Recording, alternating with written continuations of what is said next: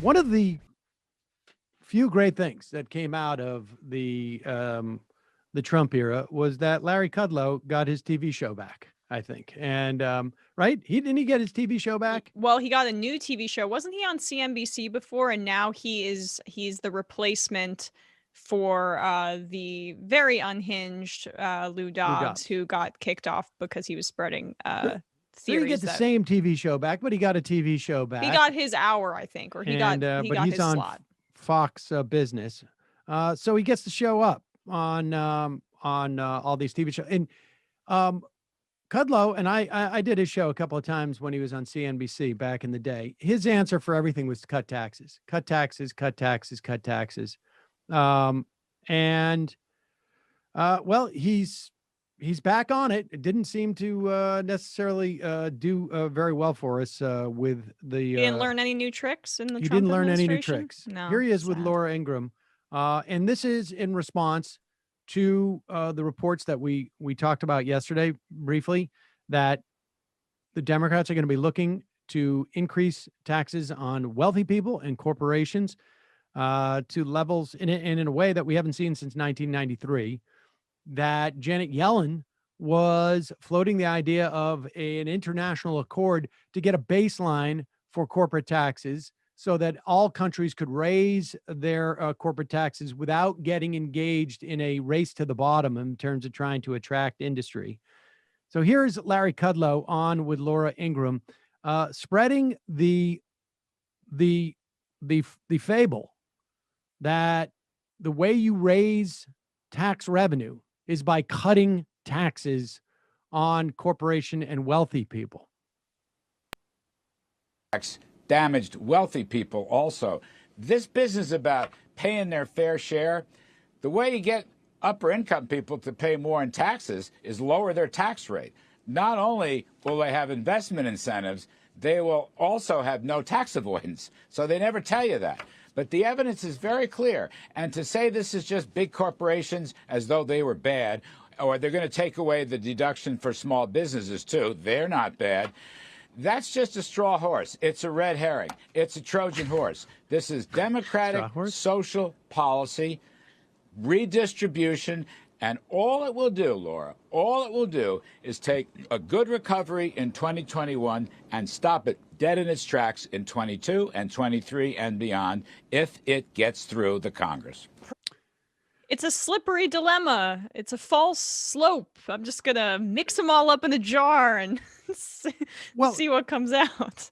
I mean, aside from his inability to deploy some basic idioms, the idea that if we lower taxes on wealthy people, they will not engage in tax avoidance and they will pay more taxes is absurd on its face, because they don't care what the tax rate is. They just don't want to pay a certain amount of money. They're not going to pay more money because they don't have to pay as much in taxes. It doesn't make sense. Is he saying that they're going to donate their money to the government? I mean, that's the only way it could generate more revenue. But he's just retreading and desperately clawing at 40 years of failed trickle-down economic tropes that is just, regurgitating in his brain. Indeed. And as far as the idea of lowering taxes and driving revenue, you really only need to say one word to dispel that myth, and that is Kansas.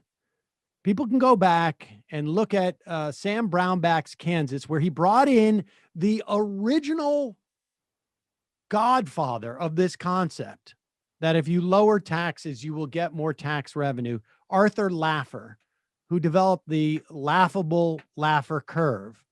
And they brought him in, they cut taxes on individuals, they cut taxes on corporations in Kansas. And lo and behold, what happened once they cut these taxes? They actually got less tax revenue, so much less tax revenue that they had to cleave huge parts of the Kansas education, public education, Kansas higher education, and so much so that a Republican legislature ended up raising taxes, and Sam Brownback, they basically jettisoned him into the ether by appointing him during the Trump administration as a way of basically burying this narrative. They appointed him to be ambassador to faith. That's not a joke. I know. He is I know. literally appointed to ambassador to faith and then never heard of again. Like they kept him floating somewhere in the atmosphere, I guess, because they didn't want this story of Kansas to get out. And I have to say, it's a failure of the Democrats to have not well, it's good PR by the Republicans, if nothing else, right? I mean, and again, just the Kudlow way of thinking. They tried this in the Trump administration. They said the tax cuts would pay for themselves, knowing that they wouldn't. Less taxes on the wealthy means less tax revenue. You don't need to be an economics major to understand that. But it's pathological at this point. Kudlow's got no other mode because, it's like a greed-soaked mind. Yes, he has one tune. He sings it over and over again. And I got to say, it's done him well. He's been fairly successful with it. The best people get it's kept him soaked in many ways. Yeah, right. Indeed. Well, soaked in different ways, yes.